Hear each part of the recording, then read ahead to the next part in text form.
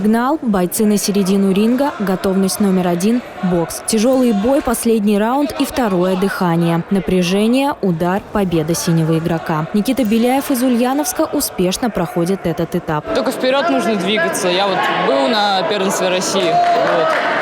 Сейчас цель – выиграть бой и опять туда попасть. Впервые 7 лет назад в секцию бокса Никиту Беляева привел отец. С тех пор годы тренировок, километры дорог и сотни сложных поединков. В этих соревнованиях участвуют ребята из 35 регионов России. И на всех одно желание – победить. Чувствуется просто сильнейшее напряжение, воздух горячий. Тренеры постоянно подбадривают своих бойцов, потому что буквально решается их судьба. Дальше только первенство России, которое будет проходить в Анапе и в Санкт-Петербурге.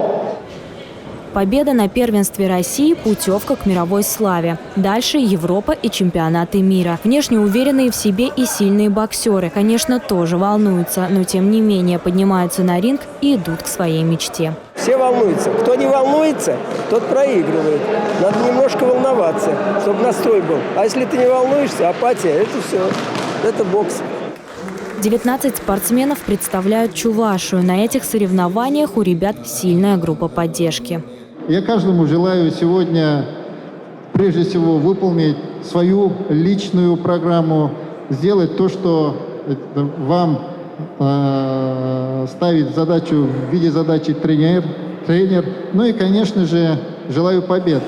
Каждый день на ринге встречаются порядка 80 участников. Впереди еще 3 дня соревнований, и уже совсем скоро станут известны имена победителей. Екатерина Никитко, Игорь Зверев, Республика.